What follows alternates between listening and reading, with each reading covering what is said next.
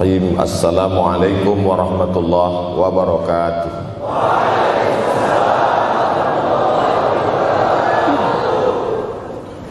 Alhamdulillahi wa kafa, wassalatu wassalamu ala al-habibil mustafa wa ala alihi wa ashabihi ahli tuqa wal wafa.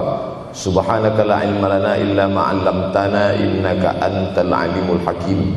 Rabbi shrah li sadri wa yassir li amri wahlul 'uqdatam min lisani yafqahu qawli.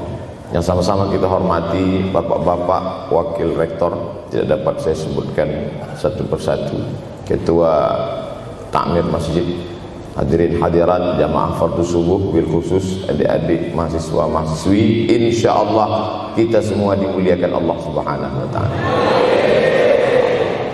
Man shallas subha fi jama'atin, siapa yang salat subuh berjamaah, faka'annama shallal laila kullah, dapat pahala seperti salat sepanjang malam. Berarti kita sudah salat sepanjang malam, tapi tetap besok malam tahajud. Jangan karena sudah sholat subuh berjamaah lalu tidak lagi tahajud, apalagi yang memang tak pernah tahajud, dan ini dijadikan alasan besok kalau ada orang membangunkan dia, bangun sholat tahajud. Man shallas subha fi jama'atin faka'annama shallal laila kullah. Man shallas subha fi jama'atin, siapa yang salat subuh berjamaah, kana fi zimmatillah.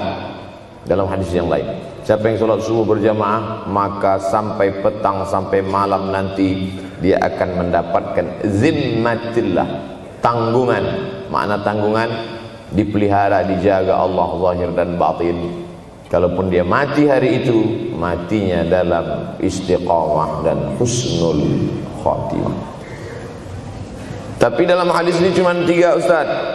Idza haddatsa kadzaba, bicara dusta, wa idza wa'ada akhlafa, kalau berjanji ingkar, wa idza tumina khana, kalau diberi amanah berkhianat. Dalam hadis lain, kalau sudah dilihat orang salat subuh berjamaah, insyaallah diselamatkan dari nifaq, kemunafikan dalam hatinya. Munafik diambil dari 3 huruf nafaqa.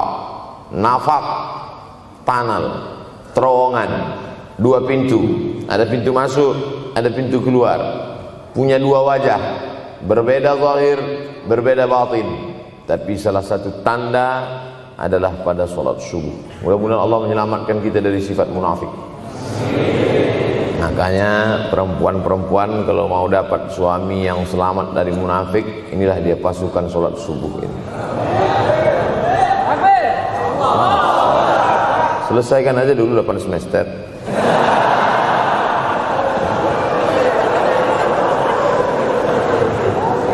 Imam Abu Ja'far Al-Barzanji menulis dalam syairnya, walamma tamma min hamlihi, ketika sempurna hamil Aminah, syahrani 2 bulan, ala ashhuril aqwalil marwiyah, menurut riwayat yang masyhur, tufiya bil madinatil munawwarati abuhu Abdullah, meninggallah abuhu, bapaknya, bapak Nabi Muhammad SAW, Abdullah bin Abdul Muttalib bin Hashim bin Abdi Manaf bin Qusay, di kota Al-Madinah Al-Munawwarah.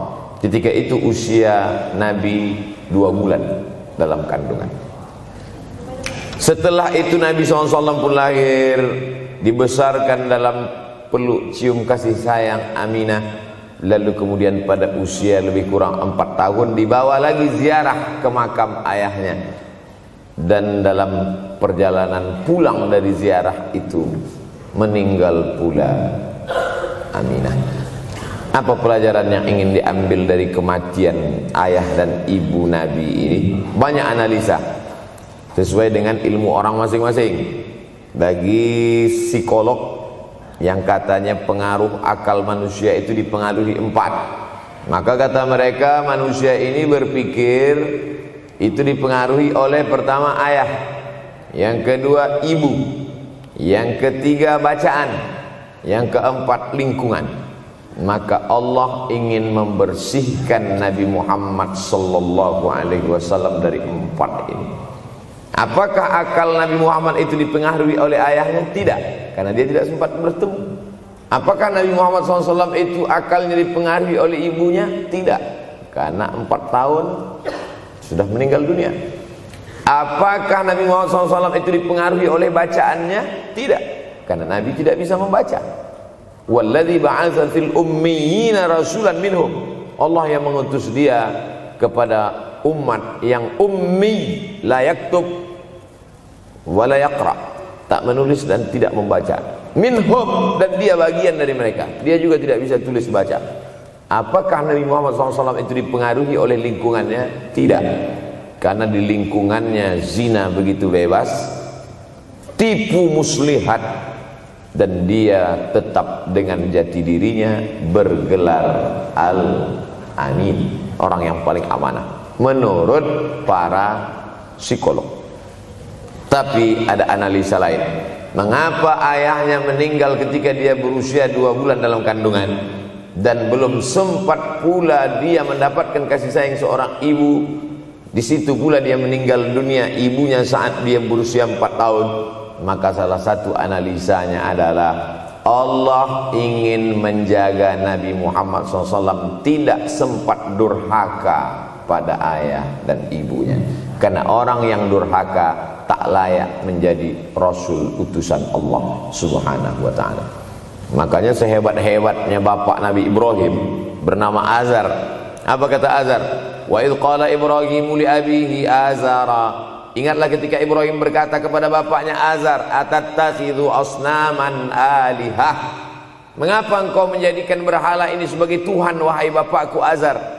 Apa jawab Azar? La illam tantahi, kalau kau tidak berhenti menceramahi saya, la arjumannaka, aku lempar engkau pakai batu. Wahjurni maliya, tinggalkan aku untuk waktu yang sangat lama. Pergi sana, kata Azar. Apa jawab Nabi Ibrahim alaihissalam? Salamun alaika, selamat untukmu wahai ayahku Azar. Aku akan memohonkan astaghfirulaka rabbi, memohonkan ampun kepada Allah dosa-dosamu supaya diampunkan Allah. Innahu kana bi hafiyya, sesungguhnya Allah amat sangat sayang dan mengabulkan doa-doa. Nabi Ibrahim sempat bertemu dan tidak melawan. Tapi Nabi Muhammad SAW beda dengan Nabi Ibrahim. Allah buat Ibrahim tidak melawan, tapi ayahnya menjadi durhaka kepada anak. Sedangkan Nabi Muhammad SAW dua-dua dan dijaga Allah Subhanahu wa ta'ala. Nabi Muhammad dijaga sehingga tidak sempat durhaka kepada Abdullah dan Aminah, dan Allah pula menjaga Abdullah, menjaga Aminah, sehingga tidak sempat menyakiti manusia yang paling mulia, Nabi besar Muhammad sallallahu alaihi wasallam. Saya tidak memilah-milih nabi-nabi, karena kita memang tidak boleh la nufarriqu baina ahadim mir rusulih. Kita tidak boleh membeda-bedakan antara satu nabi dengan nabi yang lain. Lalu yang membedakan itu siapa? Allah Subhanahu wa ta'ala. Dari cara panggilnya saja berbeda. Kalau Nabi Adam dipanggil Allah, ya Adam uskun anta wa zawjukal jannah. Nabi Yahya dipanggil Allah, ya Yahya khudhil kitaba biquwwah. Nabi Isa dipanggil Allah, ya Isa inni istafaituka 'alan nas. Tapi Nabi Muhammad SAW, Allah tidak pernah manggil dia ya Muhammad. Allah panggil dia dengan 2 sebutan. Pertama, ya ayyuhar rasulu balligh, wahai Rasul. Dalam panggilannya yang lain, ya ayyuhan nabiyyu jahidil kuffar. Bukan kita yang membedakan, Allah yang membedakan cara panggilan untuk Muhammad sallallahu alaihi wasallam. Begitu juga dengan berdoa. Kalau Nabi Musa alaihissalam, dia yang berdoa, Rabbis shrahli sadri, lapangkan dadaku, wa yassirli amri, mudahkan urusanku. Tapi Nabi Muhammad tidak berdoa, Allah langsung memberi. Apa kata Allah? Alam nashrah laka sadrak. Apakah belum kulapangkan dadamu? Wa rafa'na laka dzikrak, kami angkat beban. Alladzi anqadha dhahrak, yang membebani pundakmu. Belum dia berdoa, sudah dikabulkan Allah, karena janji Allah kepada dia, wala saufa yu'tika rabbuka fatarda. Apapun yang kau mau, akan kuberi. Salah satu penyebab Allah memberi apa yang dimau sebelum meminta adalah kalau tidak pernah durhaka kepada orang tua. Oleh sebab itu judul yang diberikan kepada saya, Ustaz Abdul Somad, nanti tablik akbar di kampus Universitas Ahmad Dahlan. Apa temanya? Biasanya saya diberikan tema untuk anak-anak muda meraih masa depan bebas narkoba dan pacaran. Apa temanya untuk anak-anak muda? Bagaimana pokoknya. Tapi di Universitas Ahmad Dahlan saya diberi tema. Apa temanya? Birrul walidain. Masya Allah. Saya bilang alhamdulillah, untung saya nggak dikasih tema birruz zaujatain. Artinya apa? Sehebat apapun prestasi akademikmu, kalau sampai tidak memuliakan orang tua, hampa di hadapan Allah Subhanahu wa taala. Ada seorang laki-laki, kata Nabi, kalau nanti dia datang kemari minta doa sama dia karena doanya makbul. Sahabat heran, karena sahabat itu definisinya man laqiyan Nabi sallallahu alaihi wasallam wa amana bihi wa mata 'alal Islam. 3 definisi sahabat. Orang yang berjumpa dengan Nabi, beriman dengan Nabi, dan matinya dalam keadaan Islam, maka itu disebut dengan sahabat menurut ilmu hadis. Makanya ketika saya menjelaskan itu ke mahasiswa, Aisyah yang merupakan sahabat Nabi, komplain mahasiswa, mohon maaf Ustaz keliru, Aisyah itu bukan sahabat tapi istrinya. Kita bicara ilmu hadis. Makna sahabat, man laqiyan Nabi, berjumpa dengan Nabi, wa amana bihi, beriman dengan Nabi, wa mata 'alal Islam, mati dalam keadaan Islam. Abu Lahab ketemu dengan Nabi tapi tidak beriman dengan Nabi dan mati dalam keadaan kafir, maka tidak masuk golongan sahabat. Tapi ini ada seorang laki-laki hidup sezaman dengan Nabi dan Nabi mengenal dia, dan Nabi berpesan nanti kalau dia datang ke kota Madinah minta doa dari mulutnya karena doanya dikabulkan Allah Subhanahu wa taala. Sahabat heran, kami yang hidup bersama engkau, kami yang berperang bersama engkau, kami yang sholat di Masjid Nabawi bersama engkau, kenapa doa dia lebih makbul daripada kami? Malah kami meminta doa dari mulut dia. Tapi tidak boleh membantah dan melawan Nabi. Pokoknya nanti kalau dia datang kemari minta doa kepada dia.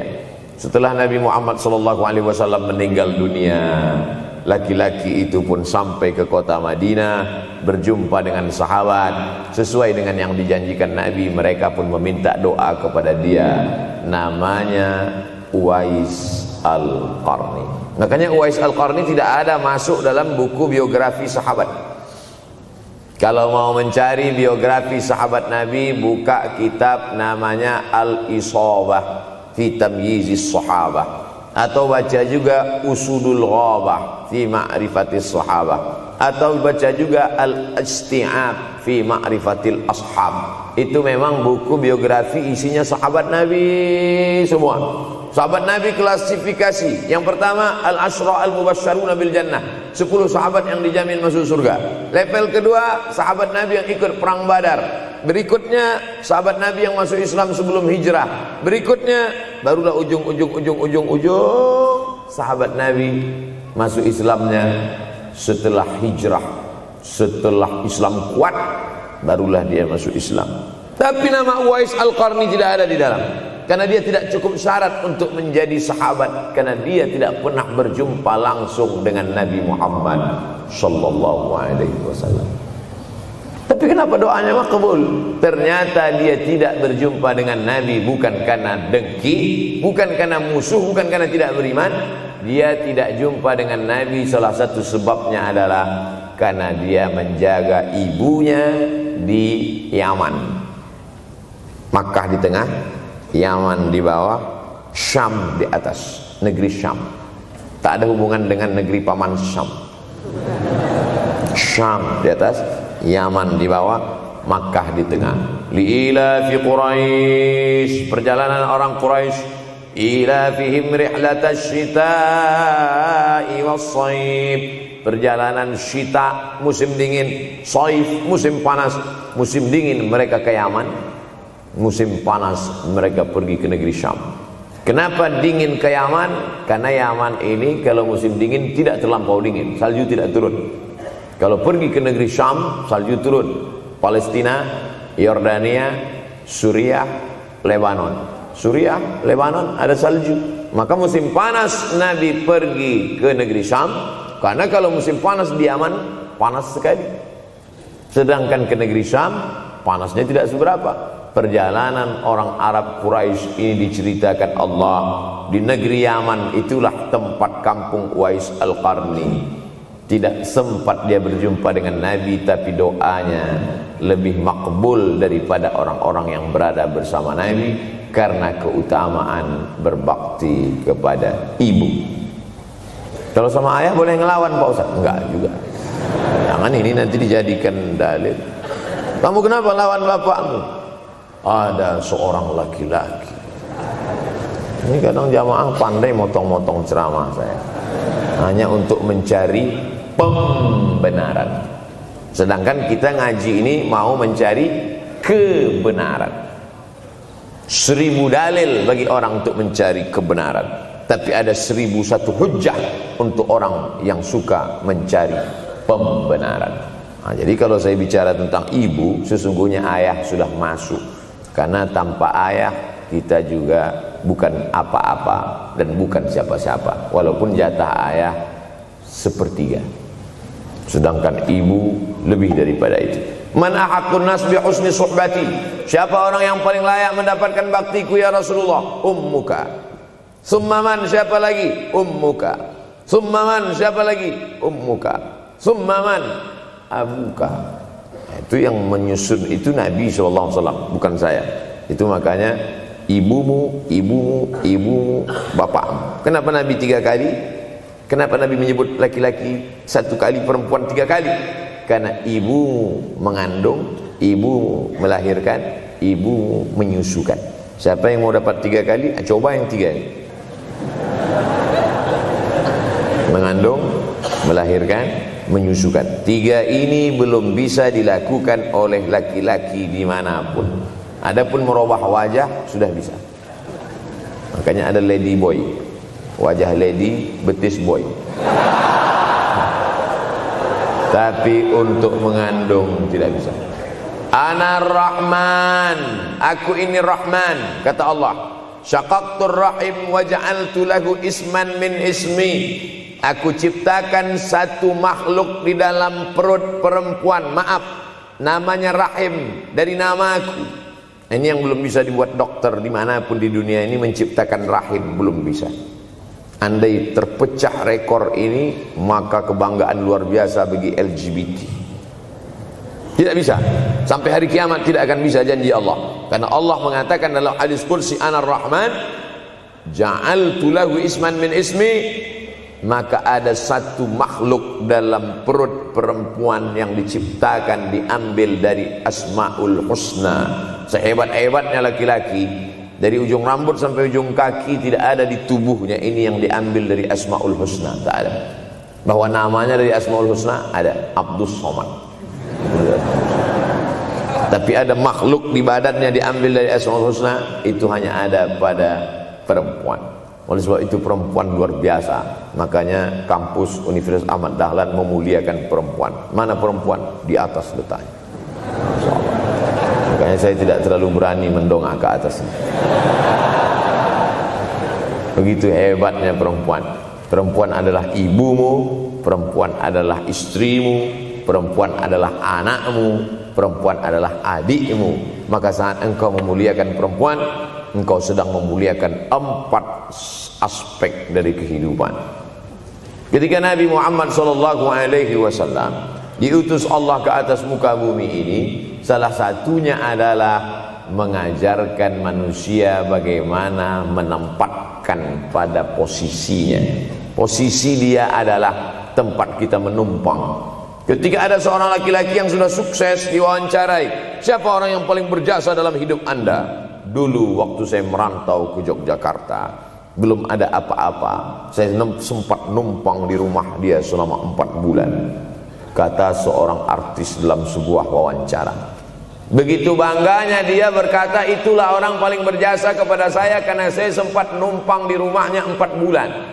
Tapi ada yang dia lupa, bukan rumahnya yang kau tumpang, bukan ruang tamunya yang kau diami, sempat numpang di perutnya 9 bulan 10 hari. Tak pernah kau sebut. Angkat tangan yang tidak menumpang di rahim, langsung dari planet Mars langsung kemari. Enggak ada. Mr. Bean yang kita semua sehebat apapun pernah menumpang di perutnya.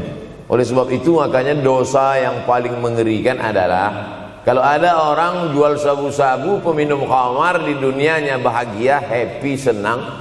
Itu Ustaz, pengedar narkoba, hidupnya aman, adem, ayem, tentram. Di akhirat azabnya baru diberikan Allah Subhanahu wa taala. Ada orang yang pelakor senior, tapi hidupnya di dunia senang-senang saja. Di akhirat nanti azabnya ditunda. Namanya istidraj. Istidraj diambil dari kata daraja, tertunda. Azab yang tertunda. Sudah jadi judul sinetron. Azab yang tertunda. Tapi ada satu perbuatan dosa yang pasti di dunia dirasakan. Apa itu? Durhaka pada orang tua. Orang yang durhaka pada orang tua, di dunia dia tetap dapat, di akhirat dapat sekali lagi. Itu janji Rasulullah SAW. Lama hidup banyak dirasa, jauh berjalan banyak dilihat, lama jadi ustadz banyak yang curhat. Maka tidak 1 2 itu saya lihat dalam kehidupan. Hebat, rezeki banyak melimpah ruah, tapi jauh dari kebahagiaan. Apa sebab? Janji Rasulullah SAW. Orang yang durhaka pada orang tua di dunia sudah dapat, di akhirat dapat lagi. Dapat. Di mana letak keadilan Allah? Kenapa di dunia sudah dapat, di akhirat dapat lagi? Yang di dunia itu baru DP-nya, di akhirat baru kau rasakan cash. Oleh sebab itu jangan pernah melawan pada orang tua. Jangan pernah melawan. Apapun kata dia, jurus menghadapi orang tua ini tidak banyak, 3 saja. Kalau dia marah-marah, kalau dia cerewet, kalau dia ngamuk-ngamuk, pertama diam.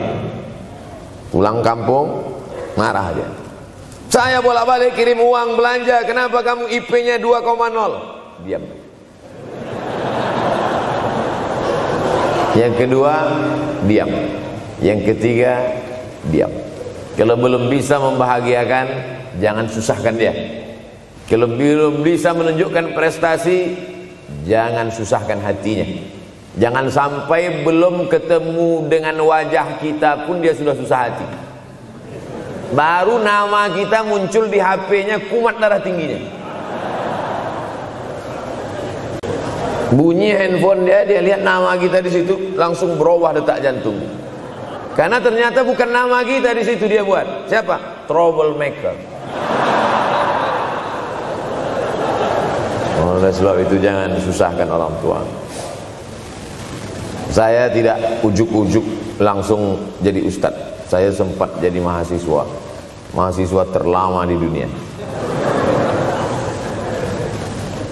Saya kuliah di Mesir tahun 1998 sampai 2002. 4 September 1998 menginjakkan kaki di Kairo.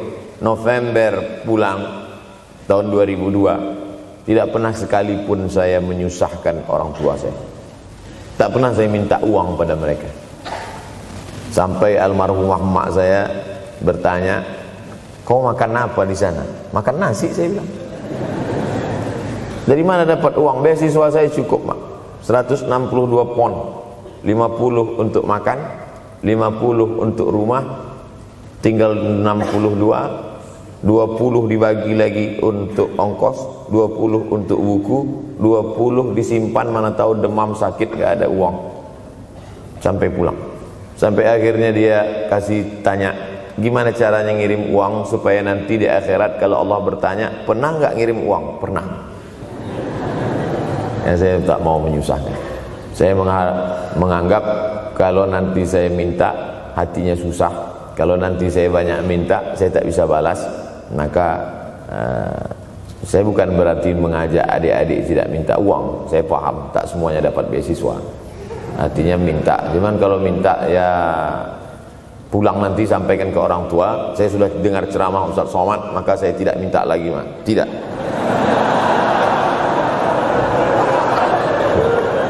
Tapi tolong dirapel setahun sekali aja. Kalau mau merasakan bagaimana sayang mereka, coba hilangkan sayangnya itu agak 1 bulan, 2 bulan, 3 bulan, itu baru terasa. Karena sifat manusia ini kalau sudah tidak ada baru terasa. Judul lagu Roma. Kalau dia masih ada di depan mata kita, masih dekat dengan kita, kita merasa dia biasa-biasa saja. Tapi kalau dia sudah tidak lagi ada, itu barulah. Oleh sebab itu coba kalau mau merasakan, kasih tahu dia, papa, mama, untuk biaya kuliah saya 1 semester ini tolong jangan kasih dulu. Saya mau jual koran dulu. Saya mau kerja di Dorsmir dulu. Saya mau kerja loper dulu. Saya mau susah-susah dulu. Seketika saat kita tahu susahnya itu, tetes peluh keringat, air mata, di situ baru kita tahu, oh ternyata perjuangan mereka ini luar biasa.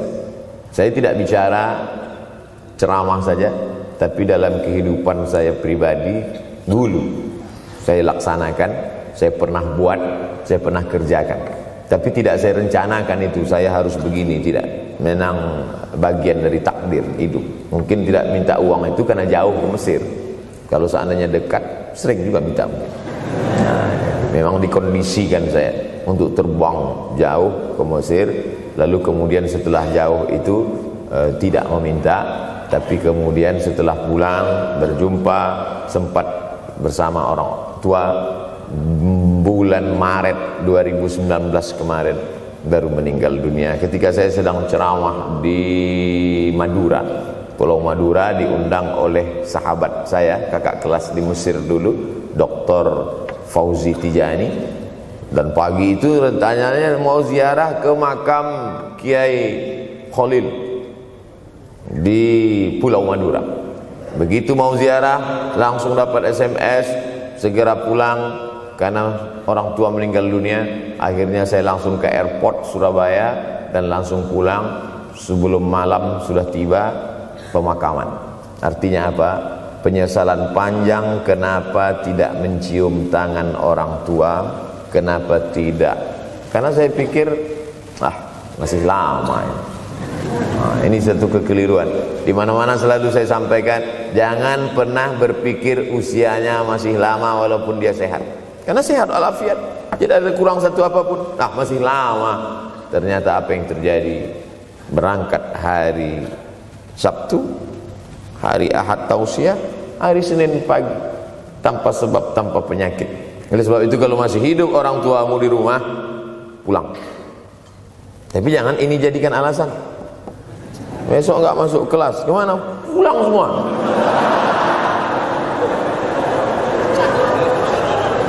Pulang sesuai dengan kondisi, situasi dan keadaan. Pulang.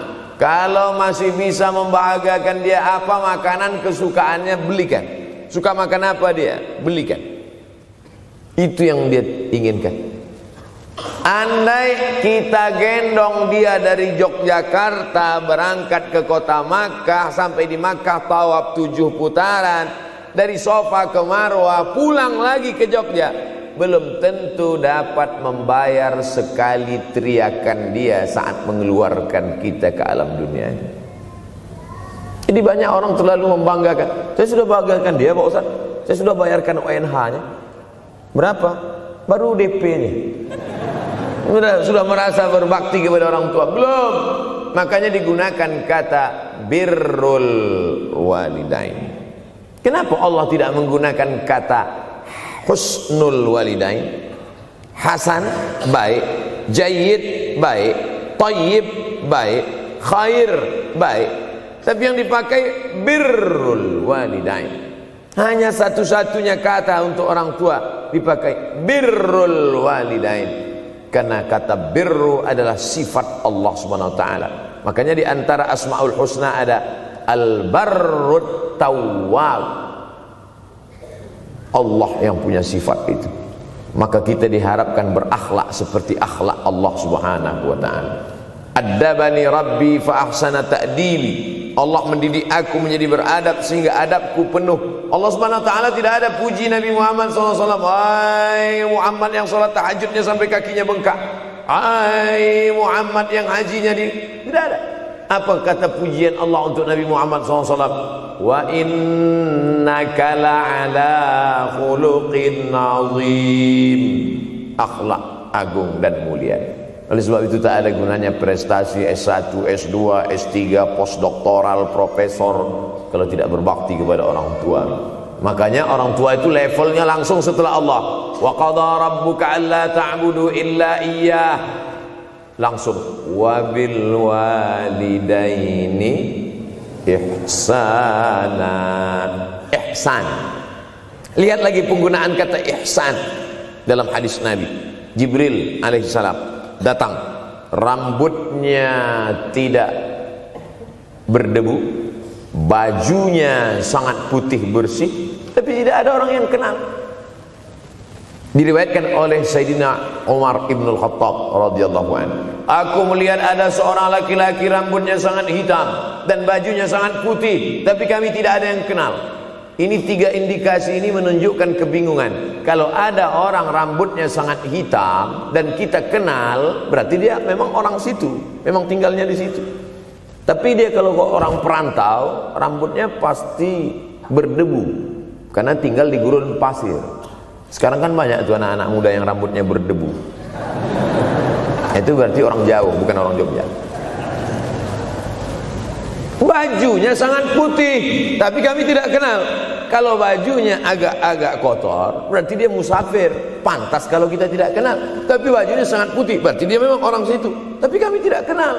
Kata Umar bin Khattab, rambutnya sangat hitam, bajunya sangat putih, tapi kami tidak kenal. Dan dia duduk berhadapan dengan Nabi, lututnya dekat dengan lutut Nabi, tapi kami tidak kenal. Dia bertanya tentang iman, dia bertanya tentang Islam, dia bertanya tentang ihsan. Setelah selesai baru Nabi bertanya, Umar, ya, kamu tahu siapa tadi yang datang bertanya tentang iman, Islam dan ihsan itu? Tidak, Jibril yu'allimukum dinakum. Tadi yang datang itu adalah Jibril alaihissalam. Orang selevel Umar bin Khattab tidak kenal Jibril. Ada orang Indonesia baru ketemu Jibril.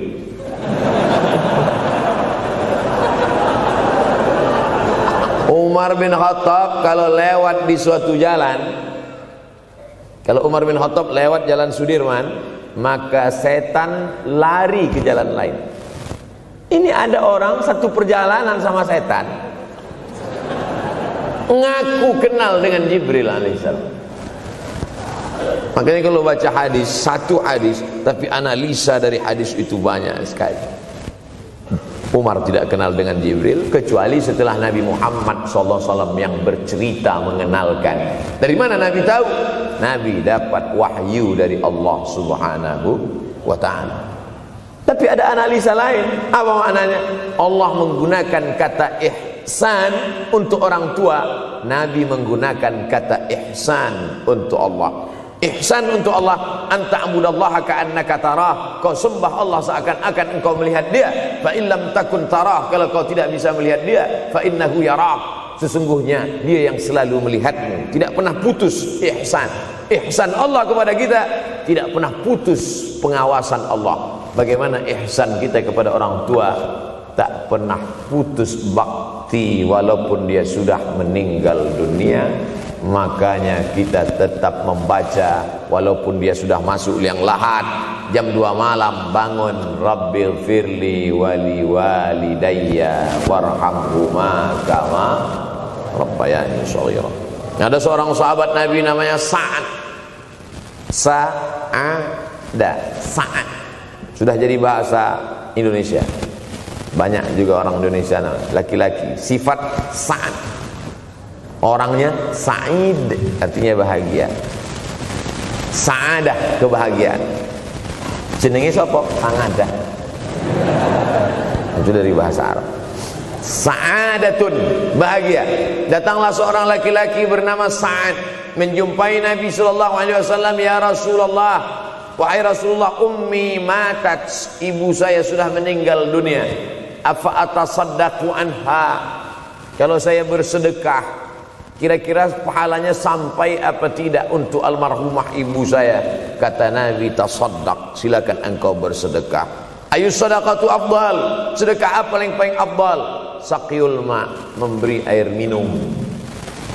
Memberi air minum, niatkan untuk almarhum almarhumah, kata Nabi, tasaddaq, silakan sedekah. Langsung tanpa pikir panjang, apa kata Sa'ad? Idzan ahfiru bi'ran, kalau begitu saya gali sumur sekarang juga, sumurnya saya wakafkan dengan niat almarhumah. Oleh sebab itu, yang orang tuanya sudah meninggal dunia, pulang dari sini jangan gali sumur, cukup telepon, assalamualaikum, sumur bor. Cari pondok pesantren yang kesulitan air, pergi ke kaki-kaki gunung, orang mencari air, satu jerigen mikul 5 km jalan.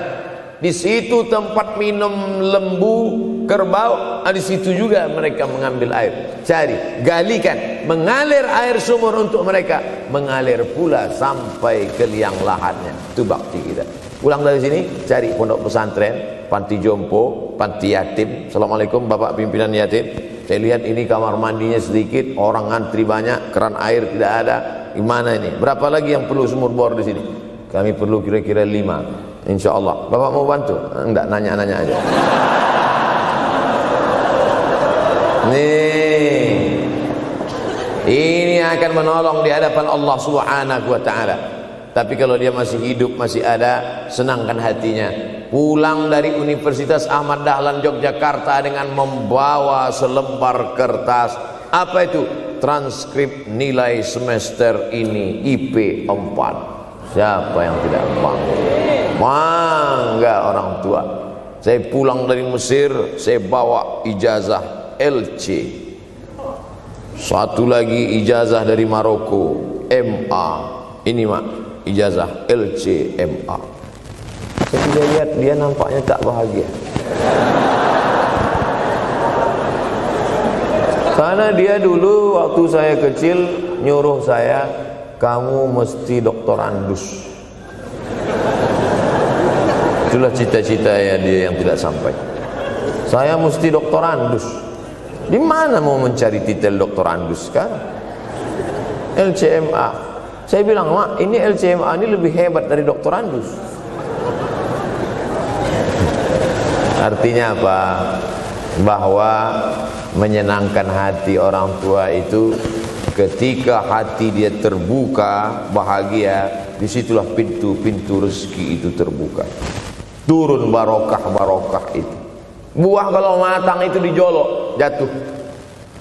Dan menjatuhkan rahmat Allah itu, membuka pintu-pintu langit, mengetuk pintu-pintu rahmat dan ridha Allah dengan ridha orang tua. Makanya kata Nabi, ridha Allah fi ridhal walidain. Kalau Allah ridha, maka semua yang kau mau dia berikan. Orang kalau sudah ridha itu artinya senang. Orang kalau sudah senang, semua dia kasih. Apa yang ada di tangannya, itu dia berikan.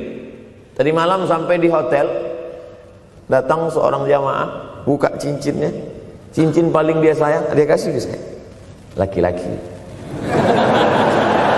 Nah nih Ustaz Somad, ambil. Duduk saya tadi, duduk, datang anak muda, dia lihat saya tak pakai sorban, dikasihnya sorban. Cuman akadnya belum jelas apa ngasih atau pinjam, Allah. Orang kalau sudah senang hatinya, semua dia kasih. Begitulah orang kalau sudah dapat ridha Allah Subhanahu wa Ta'ala.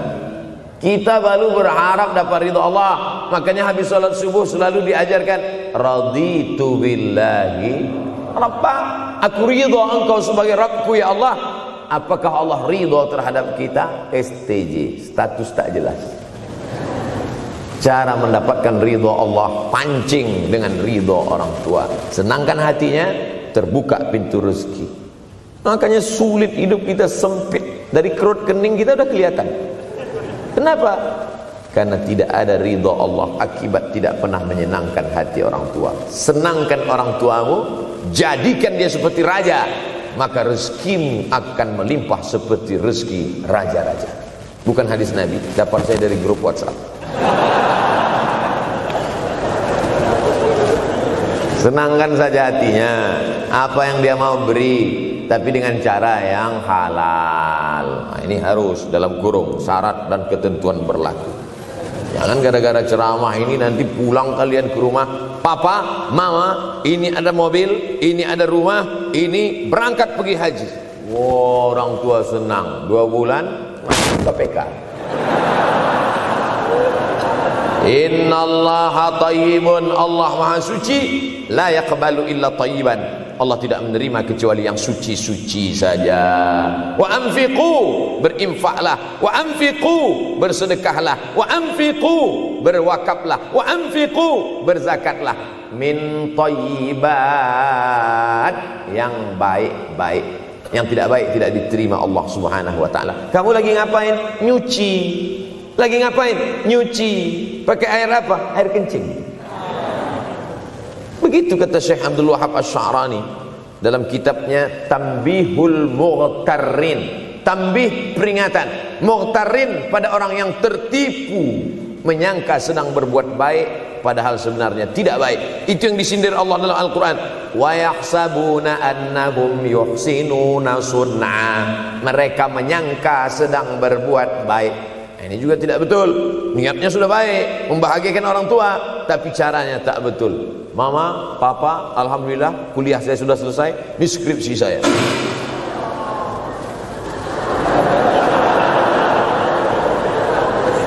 Masya Allah. Bayangkan kalau kiamat tiba-tiba terjadi. Begitulah agaknya terkejutnya kita. Kiamat terjadi tapi belum sempat berbakti kepada orang tua. Dosa belum sempat meminta maaf. Silap dan salah berapa kali kita kencing di kainnya yang bersih. Berapa kali dia tidak jadi tahajud gara-gara kita menangis dari Isya sampai subuh. Pakai pengawet nangisnya. Tapi kita tak pernah sadar itu. Kita menganggap kita di dunia ini dibesarkan angin. Kita menganggap kita ini bangsawan, bangsa yang hidup di awan. Berapa kali dia tidak jadi sholat duha gara-gara kita kencing. Berapa kali nasi yang sudah mau disuap masuk ke mulutnya tak jadi. Bahkan dia tidak makan sama sekali. Dan berapa kali makanan dia belikan hanya untuk susu, hanya untuk menyenangkan kita. Pernah kita balas. Dan dia tidak pernah minta balas itu. Oleh sebab itu, siapa yang mengingatkan? Abdul Somad diberikan judul berat ini. Judul yang paling berat ceramah tentang orang tua, tentang ibu, tentang ayah. Jarang saya mau menerima judul-judul pengajian. Ini pun dikasih tahu setelah sampai di sini. Maka saya belok-belokkan dikit. Ini air mata udah mau menetes, belokkan. Nanti kalau saya nangis di sini, siapa yang ceramah kalau saya nangis? Oleh sebab itu maka yang orang tuanya masih ada, beruntung dan bertua, bawakan dia rumah makan. Ada sahabat saya namanya Ustadz Lukman di Pontianak. Pontianak, bukan Kuntilanak. Mereka punya program namanya Bawa Ibu ke Rumah Makan. Keren nama programnya. Bawa orang tua ke rumah makan. Nanti hari libur adik-adik anak-anakku sekalian libur, bawa ayah, bawa ibu ke rumah makan. Ketika Ustadz Lukman cerita itu ke saya, Ustadz Somad, kita punya program baru nih. Apa nama programnya Ustadz? Bawa ibu ke rumah makan. Alhamdulillah Ustadz Lukman, seluruh rumah makan di Pekanbaru tempat tinggal saya itu, semua sudah saya bawa emak almarhumah saya. Saya bawa sup tunjang, saya bawa rendang, saya bawa goreng ayam, saya bawa goreng puyuh, saya bawa. Cuman ada rumah makan ular sawah itu yang tak saya bawa singgah. Lain dari itu sudah saya bawa. Tak ada penyesalan dalam hati. senangkan hatinya. Apa pakaian yang dia suka? Orang tua itu tidak minta yang besar, asal ada saja. Pulang dari Yogyakarta sampai ke rumah, ini tadi ada nampak sedikit tanda terkenang. Kalau banyak makan sendiri. Ketika dia senang melihat itu, bahagia hatinya, nampak senyum di tepi bibirnya, pada saat itulah rahmat Allah terbuka. Pada saat itulah ridha Allah datang. Mengapa sulit mencari pekerjaan? Mengapa payah mencari penghidupan? Salah satu yang mempersempit ridha Allah itu adalah karena tidak berbakti kepada orang tua.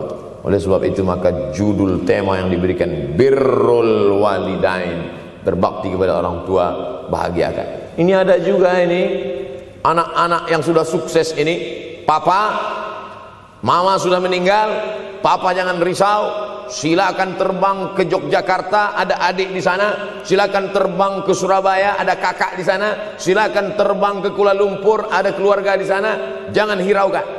Kata bapaknya, kalian terbangku saja kalian pikirkan, kemana aku hinggap tak kalian pikirkan. Ada sebagian orang ketika ibunya meninggal dunia, marah dia, mengamuk dia anggap kebahagiaan itu sudah hilang, padahal membahagiakan orang tua dua-dua adalah tanggung jawab kita. Kalau dua-duanya sudah tidak ada Pak Ustadz, masih ada keluarga. Ada keluarga. Al-khalah bimasabatil saudara ibu, kakak ibu, adik ibu, sama seperti ibu. Sambung lagi silaturahim, buat dia senang, buat dia bahagia. Man ahabba yubsatalahu fi rizqihi, siapa yang mau lapang rezekinya, wa yunsa'alahu fi asarihi, dipanjangkan umurnya, falyasil rahimahu, hendaklah dia menyambung tali silaturahim. Saya ceramah di satu kota. Sampai di kota itu saya melihat rumah besar, megah, mewah, seperti istana. Cuman saya segan mau nanya, nggak mungkin saya tanya, Pak, ini hasil dari apa? Saya tengok, saya ngangguk. Kawan-kawan saya yang ikut di situ seperti ngelihat kucing semuanya. Mantap. Setelah duduk, makan, habis makan, minum, habis itu Sohibul Bait yang punya rumah pun cerita. Ustadz Abdul Somad, iya Pak. Dulu ini hanya bambu-bambu yang dikasih daun, yang dikasih terpal. Tempat apa Pak? Tempat ibu saya buat pengajian. Setiap tahun dibuat begitu. Pasang tiang-tiang kayu, pasang terpal, daun-daun, pengajian ramai. Sampai akhirnya saya berkata, Bu, pengajian kita hentikan saja, stop. Saya tidak sanggup lagi pasang tenda, pasang terpal ini. Tapi akhirnya apa kata ibu saya? Nanti setelah saya tidak ada, pengajian ini terus kamu buat. Allah bukakan pintu rezeki Ustaz Somad. Inilah yang terjadi sekarang. Saya belikan orang tua saya itu rantai, saya belikan gelang, saya belikan cincin. Bulan depan saya datang, sudah nggak ada lagi. Mana gelangnya Mak? Nggak ada. Mana rantainya Mak? Nggak ada. Mana cincinnya? Nggak ada. Kemana? Itu kan emas mahal. Sudah saya jual. Untuk apa? Untuk bersedekah ke fakir miskin. Rupanya gelangnya, rantainya itu habis dia berikan sedekah fakir miskin. Tobatkah si bapak untuk berbakti? Tidak. Bulan depan dia belikan lagi. Sampai akhirnya diberikan Allah balasan melimpah ruah. Ternyata ini rahasia dari keberhasilan hidup, karena menyenangkan hati orang tua. Saya tak sebut nama, saya tak sebut lokasi, tapi yang mau berkunjung nanti saya kasih lokasi tepatnya. Saya kasihkan nanti alamat dari Google, saya kasih, supaya melihat secara nyata. Kalaulah rezeki itu hanya diberikan kepada orang yang bersungguh-sungguh, pergi pagi pulang petang, peras keringat banting tulang, maka tentu yang kaya itu adalah sapi yang membajak dari pagi sampai sore. Kalaulah kekayaan, keberhasilan itu diberikan yang paling pandai memanjat, maka tentu yang kaya itu monyet. Tapi Allah berikan kepada siapa yang dia ridhai. Dan penyebab ridha Allah itu adalah karena orang tua yang senang hatinya. Yang sempat durhaka, tidak sempat minta maaf, meninggal dunia dia sudah, apa boleh buat? Kau sudah booking seat di neraka. Yang sudah sempat durhaka, tidak sempat minta maaf, meninggal dunia gara-gara dia pecandu narkoba, pemabuk, pezina, mati. Orang tua dalam keadaan susah. Berapa kali saya ketemu ibu-ibu selesai pengajian, pergi saya ke tempat parkir, ibu tua 70 tahun menangis. Ibu nangis kenapa bu? Anak saya Pak Ustadz. Kenapa dia? Disuruhnya saya jual tanah. Mama jual tanah. Untuk apa mama megang tanah? Udah tua aja pun jual. Mestinya anak itu yang menyenangkan hatinya di hari tuanya, bukan malah menyuruh jual tanahnya. Jual tanah supaya dia bisa bangun rumah, jual tanah supaya dia bisa menyekolahkan anak-anaknya. Na'udzubillah. Sudahlah tidak membahagiakan, malah menyusahkan. Ustaz, anak saya nyuruh saya jual tanah saya supaya dia senang, supaya dia dapat duit. Gimana nih Pak Ustaz? Mungkin si ibu berharap saya menjawab, ibu sabar aja ya bu, sabar ya. Ibu salah tanya bu. Kalau mau sabar cari ustadz lain, ada spesialis sabar, bukan saya. Begitu dia kasih tahu, anak saya maksa saya jual tanah saya, Pak Ustadz gimana? Mana alamat rumah anaknya? Mana? Mana? Saya mau datang. Mana? Anak durhaka, neraka jahanam tempat kau.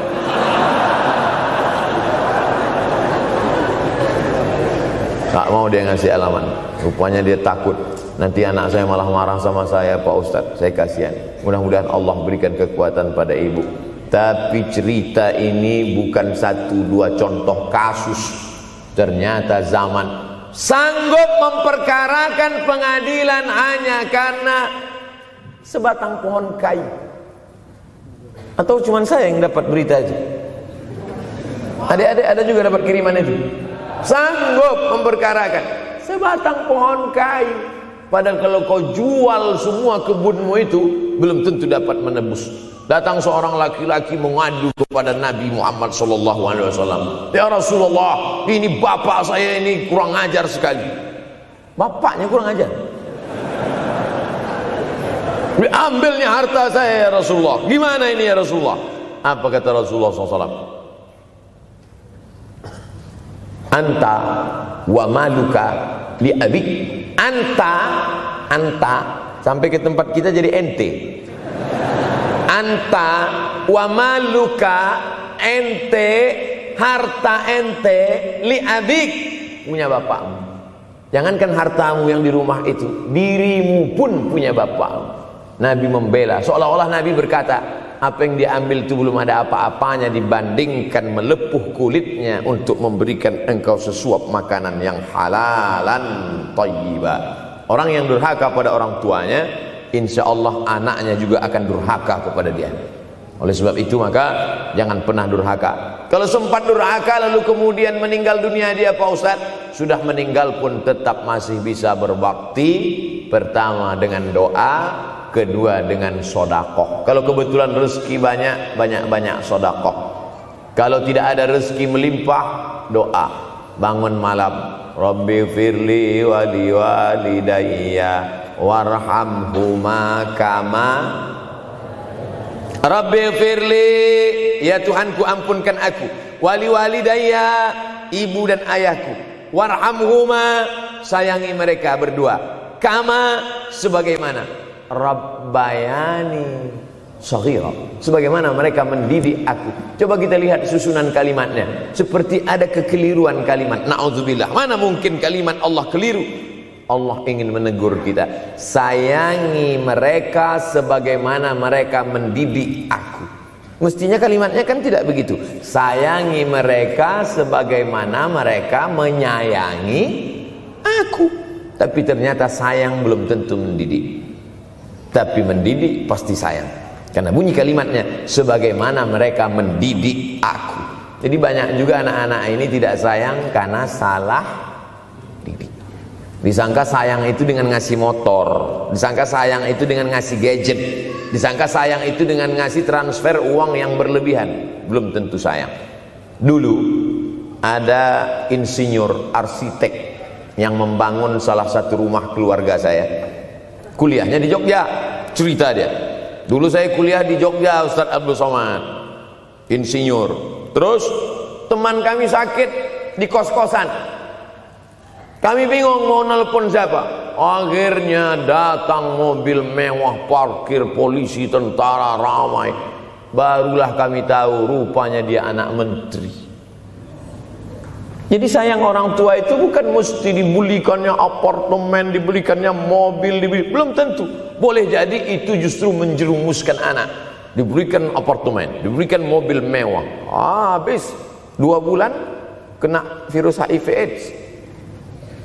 Tapi kalau dibuatnya kita jauh, saya yakin adik-adik kuliah di Universitas Ahmad Dahlan, ada yang dari timur Indonesia, ada yang dari Sumatera, lalu kemudian di tengah kesendirian, belum makan, uang kos belum bayar, transfer macet, datang setan berbisik, hei, sebetulnya kau anak yatim piatu yang dibuang. Bukan, orang tuamu bukan tidak sayang, dia hanya sedang ingin mendidik supaya engkau menjadi anak yang mandiri. Maka nanti kalau sedang duduk termenung gitu, tiba-tiba datang bisikan, pergilah cari jembatan, terjunlah. Maka saat itu katakan dalam hatimu, lawan, hei setan. Orang tuaku sayang kepadaku, dia hanya ingin supaya aku mandiri. Ada orang tua yang salah didik kepada anak-anak, sampai mengikat tali sepatu pun anak tidak pandai. Baru mau mengikat tali sepatu, sudah diikatkan. Baru mau makan, sudah disuapkan. Akhirnya anak tidak punya keberanian untuk hidup. Harta dia punya, uang dia punya, materi dia ada. Satu yang dia tidak punya, tidak ada mental. Tapi anak-anak, adik-adik Universitas Ahmad Dahlan adalah orang yang punya keberanian untuk hidup. Betul? Yang di hadapan saya ini, siapa yang tidak punya keberanian hidup? Ini yang jam 5:30 masih belum hidup lagi. Ada ini tidak punya keberanian untuk hidup, hidupnya terlambat. Tapi mahasiswa Universitas Ahmad Dahlan punya keberanian untuk hidup. Bahkan mungkin dia lebih dulu hidup daripada saya. Lebih dulu bangun dia tadi. Alhamdulillahillazi ahyana ba'da ma amatana wa ilaihin nusyur. Tengok jam. Oh, rupanya masih jam 1, tidur lagi. Saudaraku yang dimuliakan Allah Subhanahu wa taala. Maka my life, my adventure. Hidup saya adalah petualangan saya. Ini yang mau kita harapkan. Berani menghadapi tantangan. Ada orang yang menganggap hidup ini ya simple-simple aja lah Pak Ustaz. Tapi ada orang ingin hidup ini penuh dengan perjuangan. Sama seperti makanan. Ada orang simple aja, nasi, kecap, telur rebus, dah cukup. Tapi ada orang mau ada goreng ayamnya, ada rendangnya, ada supnya, ada tom yumnya, ada lengkap semua. Begitu juga hidup ini. Ada orang yang simple aja, ambil goreng ikan, makan. Tapi ada satu lagi enggak, pergi naik mobil sampai ke tepi hutan, naik motor, habis itu nyewa speedboat sampai di tengah laut memancing. Ujung-ujungnya ikan juga. Yang dia nikmati bukan ikannya, tapi yang dia nikmati adalah proses untuk mendapatkan ikannya. Faham? Itu enaknya ngomong sama mahasiswa. Coba kalau yang masyarakat biasa, kita udah capek cerita, selesai ada pertanyaan, Ustaz maksudnya tadi apa ya? Aduh, capek gitu. Saya terus terang kalau ceramah di depan mahasiswa ini bangkit semangat saya lagi. Ini sekarang rasa-rasa umur 24. Tapi begitu nanti sudah mulai agak jauh dari mahasiswa, balik 42 lagi. Nah, makanya saya senang kalau diundang ke kampus-kampus. Saya kalau di Jogja diundang di kampus terus, walaupun nggak semua nerima.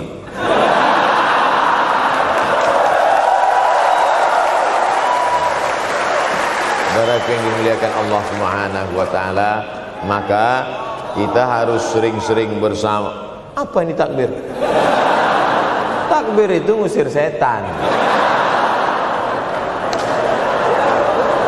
Tadi saya ceramah jam 4:30. Sekarang sudah jam 5:30 Artinya saya sudah ceramah 70 menit. Ini sudah keluar dari kode etik. Karena di mana-mana saya ceramah 60 menit. Kenapa bisa Ustaz Somad ceramah 70 menit di Universitas Ahmad Dahlan ini? Kenapa? Semangat. Semangat yang membuat kita. Padahal berdiri lagi. Tahan, belum sarapan lagi. Tahan. Artinya apa? Yang membuat kita kuat itu bukan materi, bukan makanan, tapi semangat. Maka jangan sempat kehilangan semangat. Bangkitkan semangat. Semangat terus. Semangatnya apa? Semangat ingin membahagiakan orang tua. Kalau lupa, tulis.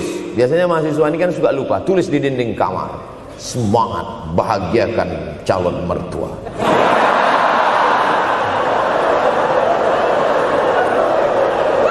Nanti teman kos-kosan datang ngelihat, loh, kata Ustaz Somad kan orang tua, kenapa ente buat mertua? Sedangkan mertuaku saja kebahagiakan, apalagi orang tua.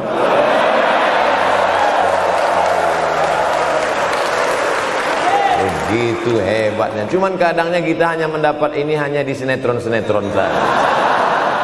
Real nyatanya di mana? Datanglah ke Universitas Ahmad Dahlan. Jadi hidup ini harus ada target yang mau dicapai. Banyak orang targetnya nggak benar. Saya ingin menjadi orang yang punya kepribadian, Pak Ustadz. Rumah pribadi, mobil pribadi. Target bahagiakan orang tua. Gaji pertama kalau kerja nanti umroh. Oh, gitu. Ma, doakan. Nanti kalau aku kerja insya Allah gaji pertama nanti memberangkatkan umroh. Syukur-syukur nggak usah diomongkan dulu. Kasih surprise.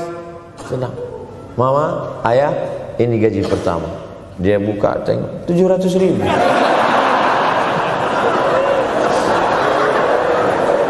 Menangis dia menerima gaji pertama itu. Bukan karena harunya sikit. Gitu dia buka amplop. Oh, kok setitik loh. Haru dia. Kenapa setiap mendapat hadiah dari anak, orang tua selalu meneteskan air mata? Karena kita tidak pernah besar dalam pandangan matanya. Kita sehebat apapun, kita tidak pernah besar di matanya. Di pandangan ibu ayah kita, kita adalah anak kecil yang tapak kakinya 2 jari, panjangnya sejengkal. Maka jangan pernah ceramahi orang tuamu. Jangan mentang-mentang sudah mahasiswa pulang, ayah sini, mama sini, duduk. Assalamualaikum. Bisa. Karena kita tidak pernah besar di mata orang tua. Kita tetap kecil. Walaupun kamu sudah menikah, sudah punya istri, sudah punya anak, kau tetaplah anak-anak dalam pandangan dia. Oleh sebab itu jangan sok besar, jangan sok hebat. Kalau ada pesan yang ingin mau disampaikan, jangan melalui mulut kita, dipinjam mulut orang lain. Tokoh masyarakat, alim ulama, dia ngajinya di mana? Ada yang mau kita perbaiki, jilbabnya mungkin kurang panjang, mungkin ada kebiasaan dia yang kurang baik. Sementara kita udah ngaji, sudah belajar di Universitas Ahmad Dahlan, sudah terpelajar, membuat dia mau menjadi orang baik. Tidak mesti dari mulut kita, pinjam mulut orang lain. Assalamualaikum Pak Kades, pinjam mulut Pak Kades sebentar. Pak Kades, ayah saya kan orangnya baik sama Pak Kades. Iya, nanti kalau saya ngomong dia nggak dengar. Jadi saya mohon tolong Pak Kades. Pak Kades, ayah saya sampai sekarang belum sholat Pak Kades. Jadi tolong Pak Kades nasihati dia. Kata Pak Kades, saya juga nggak sholat. Hancur dunia persilatan. Oleh sebab itu senangkan Ini banyak anak-anak yang udah ngaji, yang udah aktivis masjid, merasa ingin orang tuanya baik, dia sendiri menceramahi, nggak ketemu, nggak connect dia. Ayah sini, orang yang tidak sholat neraka jahanam tempatnya. Sakit hati, meleleh air matanya. Sekali kau buat air matanya menetes, maka kau akan berenang dalam kesengsaraan. Jangan pernah buat dia menangis. Kalau dia nangis haru Pak Ustaz, nggak apa-apa. Cuman kita kan sulit membedakan mana air mata haru, mana air mata sedih. Sama-sama bentuknya air mata. Makanya ada ungkapan jangan menangis air mata buaya. Kenapa selalu kalau disebut air mata buaya? Karena memang buaya menangis bukan karena sedih, tapi karena kekenyangan. Buaya kalau habis makan orang, keringat, buaya itu tidak ada pori-porinya. Kita kalau berkeringat kan keluar pori-pori, ini keluar air. Buaya nggak ada. Satu-satunya tempat air keluar, itulah. Makanya menangis buaya, keluar air mata buaya. Maka jangan sampai kita nangis karena kekenyangan. Haru dia melihat pemberian kita. Di saat itu menetes air matanya, berdoa, dia memanjatkan doa, mengetuk pintu-pintu langit, terbuka. Masya Allah. Pantasan doa mahasiswa Universitas Ahmad Dahlan kabul, rupanya pintu terbuka. Doa kepada Allah Subhanahu wa taala. Kadang-kadang kita merasa doa kita yang dikabulkan Allah, kadang-kadang kita merasa sok hebat. Setelah dia meninggal dunia, barulah kita sadar rupanya selama ini kita hanya menumpang doa. Numpang, bukan doa kita yang dikabulkan Allah ternyata, tapi doa dia. Tapi dia tidak pernah cerita itu, dia nggak pernah ngomong. Apa pernah dia panggil kita, sini sebentar, aku sudah capek doain itu. Pernah dia bilang itu. Dia cukup mengadu tengah malam, ya Allah, anakku ini jadikan dia berhasil kuliahnya, ya Allah. Sudah hampir 14 semester nggak selesai-selesai. Dia mengadu kepada Allah Subhanahu wa taala. "Ma, aku susah ini sekarang." Susah kenapa? Skripsiku ditolak terus. Pembimbing kemarin itu mempersulit terus. Berdoa dia tengah malam, "Ya Allah, lapangkan hati pembimbing itu supaya anakku cepat, ya Allah. Kalau enggak, matikan dia, ya Allah." Kabul, 2 hari setelah itu meninggal. Tapi kita tidak bisa request. Oleh sebab itu maka banyak-banyak dekatkan kepada orang tua, senangkan. Saya ceramah di Malaysia, dibawa jamaah ke mall. Ustaz Samad, esok kita tak ada tazkirah, tak ada tausiah. Kita nak pusing-pusing. Pusing-pusing maksudnya mutar-mutar. Pergilah kami ke mall. Sampai di lantai atas saya lihat anak-anak muda nyuapin orang tua. Ada restoran mahal, mewah. Itu kabarnya kalau mampir di restoran itu, makan, itu banyak yang nangis melihat harganya.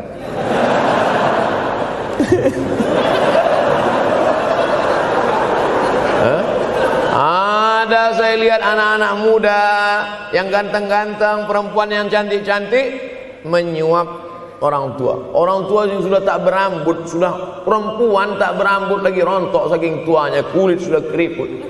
Duduk, didorong pakai kursi roda, dibawa ke mall, sampai di itu diberikan restoran tercanggih, termahal. Dia sendiri yang menyuapkan makanan. Ternyata bagi saudara-saudara kita Tionghoa, salah satu mengundang berkah menyenangkan orang tua. Itu keyakinan mereka. Kok kenapa ente kasih makan? Ya oke lah. Ajaran kita mengajarkan tapi kita tak amalkan. Ketika tetangga, kawan, sahabat kita mengamalkan, rezekinya melimpah, baru kita heran. Dia kok kaya ya? Iyalah, dia kan punya tuyul. Tuyul mana bisa bawa duit banyak? Nih keberkahan. Oleh sebab itu, jangan cuma sekedar ngaji-ngaji aja. Pulang dari sini, kalau memang tinggal di Yogyakarta atau di luar nanti pas liburan, sisihkan uang, bawa dia ke mall, bawa dia ke restoran, senangkan hatinya, bawa dia jalan-jalan. Cuman tetap juga yang logis. Kalau dia udah tua, janganlah dikasih kacang goreng.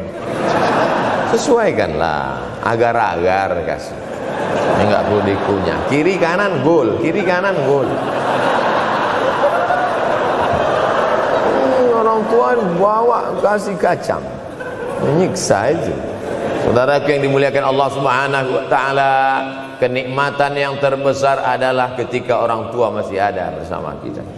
Kalau sudah tak ada, nanti saat Idul Fitri, Allahu Akbar, Allahu Akbar, Allahu Akbar, la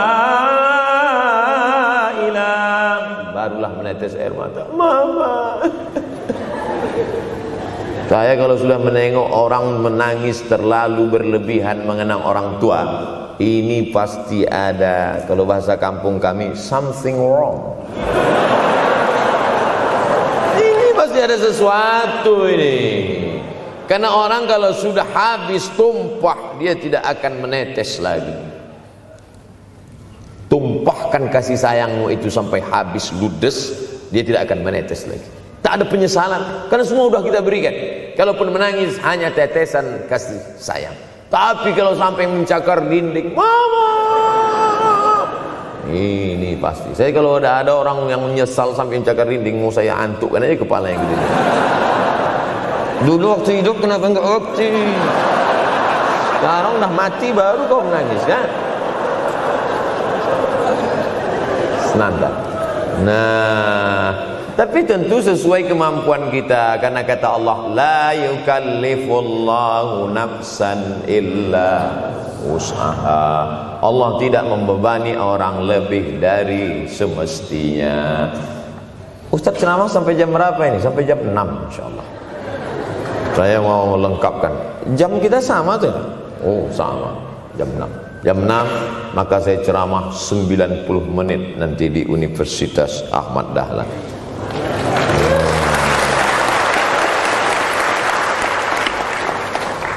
Berceramah di Universitas Ahmad Dahlan merupakan suatu kebanggaan bagi Abdul Somad. Kenapa begitu? Saya pengagum Kiai Haji Ahmad Dahlan, termasuk ulama yang saya kagumi. Lalu kemudian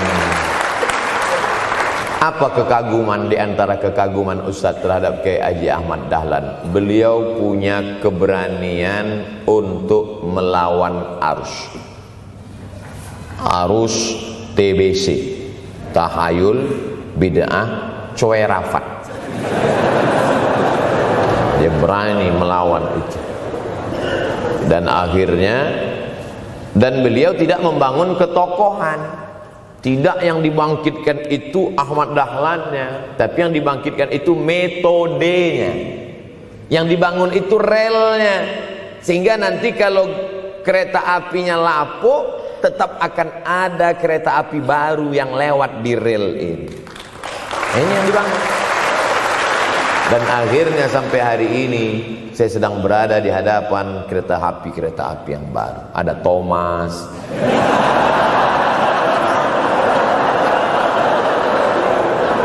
Kok Ustaz tahu Thomas? Anak saya paling suka itu. Satu koper kereta. Artinya apa? Bangun rel, maka akan ada lokomotif baru. Dunia boleh berganti, zaman boleh berubah. Idza waqa'an ala ahadikumul qiyamah, kalau kamu sudah mau mati, wa fi yadihi fasilah, di tanganmu ada bibit korma. Sudah mau mati, di tangan ada bibit korma. Apa yang kita lakukan? Ada sebagian orang kalau sudah mau mati, ya wes gua ae lah. Kalau di tanganmu ada bibit korma, gali-gali tanah sedikit, tanamkan. Untuk apa nanam korma sudah mau mati? Bukan kita sempat memakan manisnya, tak sempat bermaung di bawah daunnya yang rindang. Bukan kita yang menikmati, tapi ada orang lain dan pahalanya mengalir ke makam kita. 28.000 ibadah mengalir ke makam Kiai Haji Ahmad Dahlan. Angka 28.000 itu dari mana Pak Ustaz? Angka mahasiswa Universitas Ahmad Dahlan. Ustaz tahu dari mana? Ya makanya kalau orang ngomong tuh dengar. Makanya saya kalau diundang ceramah, Ustaz nanti sebelum ceramah kita ada acara makan dulu. Ya selama itu saya diam aja. ngumpul-ngumpulkan bahan. Jangan pernah melihat modal materi, tapi kuatkan usaha dan tawakal. Nih, bantuan cuma 6 miliar, tapi ternyata keperluannya berapa? 126 miliar. Tapi buktinya jadi masjid yang besar. Kalau diikutkan modal, mana mungkin cukup? Maka begitu juga dalam menatap hidup ke depan. Kamu kenapa belum juga nikah? Modalnya besar Pak Ustaz. Terus gimana? Nunggu yang gratisan aja lah. Dan begitu, usaha, tawakal, doa. Doa. Nah, bagi yang masih lajang, yang mau nikah, itu kalau bisa doanya jangan sir, agak jahar dikit. Ya Allah, umur udah 40. Dengar sama sebelah, loh belum mas katanya, belum. Bodoh.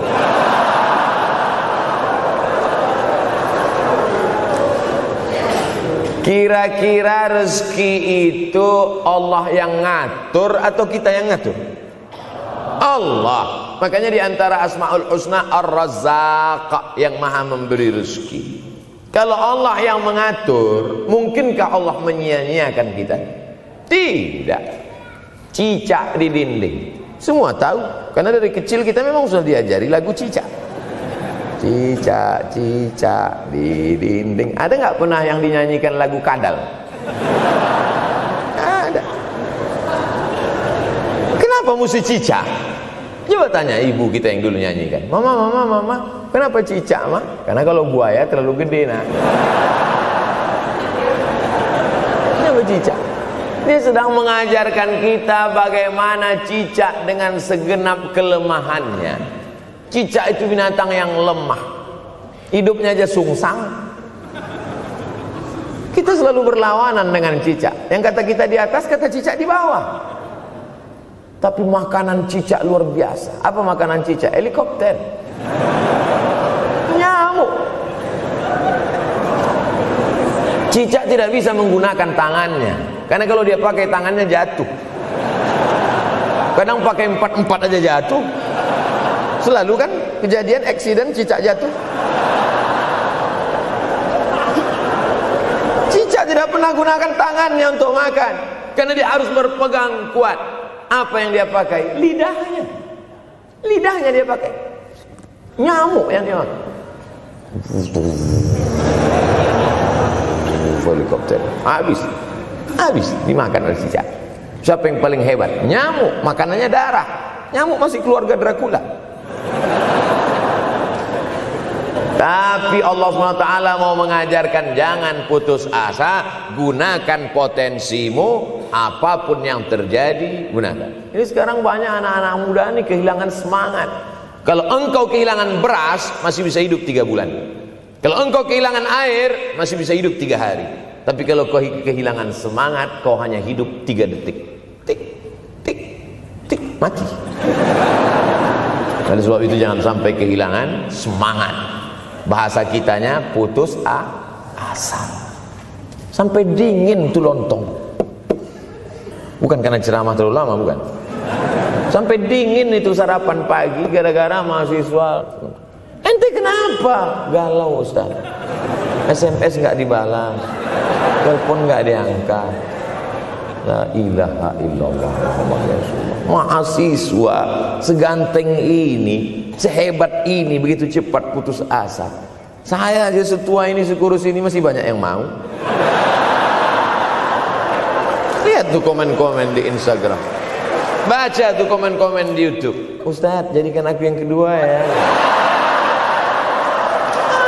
Masa kalian anak-anak muda gagah perkasa, bangkitkan semangatmu, takbir. Banyak yang belum ketemu jodoh. Saudara yang dimuliakan Allah Subhanahu wa taala, maka bangkitkan semangat. Tapi yang namanya semangat ini tidak bisa bangkit dengan banyak. Kita lihat orang bersemangat, pede di depan orang, pede luar biasa. Dia kok pede sekali? Pakai santai. Banyak juga yang semangat, pede luar biasa, rupanya pakai jimat. Kita pede kita bukan karena sabu-sabu, bukan karena narkoba. Pede kita karena kita sudah serahkan semuanya pada Allah. Inna sholati wa nusuki wa mahyaya wa mamati lillah. At-tahiyatul mubarakatul sholawatut thayyibatut lillah. Tapi tetap satu. Jangan nanti mentang-mentang udah dengar ceramah saya at-tahiyatul mubarakatul.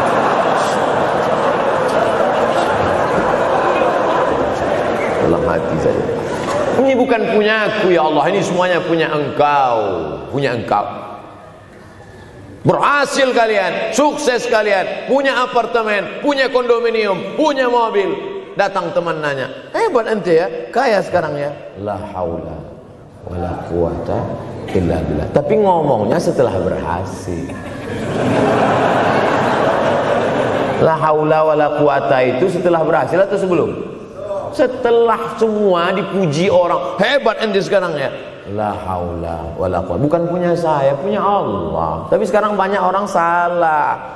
Ente kok enggak kerja? La haula.